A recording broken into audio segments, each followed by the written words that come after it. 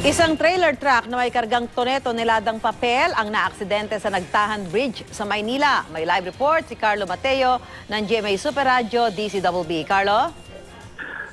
Susan, pahirapan pa rin sa mga operatiba nitong MMDA Rescue Group na maibalik at mahila ang isang trailer na humiwalay at sumubsob sa pauhong bahagi nitong Nagtahan Bridge, Northbound Lane o itong patungo sa direksyon ng Ramon Magsaysay Boulevard at Espanya. Ayon na rin sa mga operatiba nitong MMDA, mas malaking boom truck ang kailangan nila at ito nila ay paparating na rin sa lugar upang respondihan itong aksidente na buti na lamang ay hindi tuluyang dumaustos at walang nadamay na iba pang sasakyan sa likod.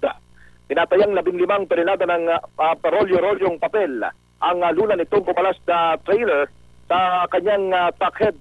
Mula ito sa Batangas na papatungo sana sa lungsod ng Valenzuela upang hindi ganong makadagdag pa sa pagbabagal na ng taloy ng trapiko dito sa lugar.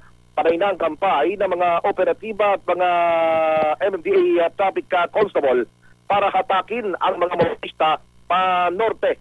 Pag-aari ng St. Thomas Paper Company na nakabase sa lungsod ng Valenzuela ang truck na minamaneho naman ng isang Henry de Jesus.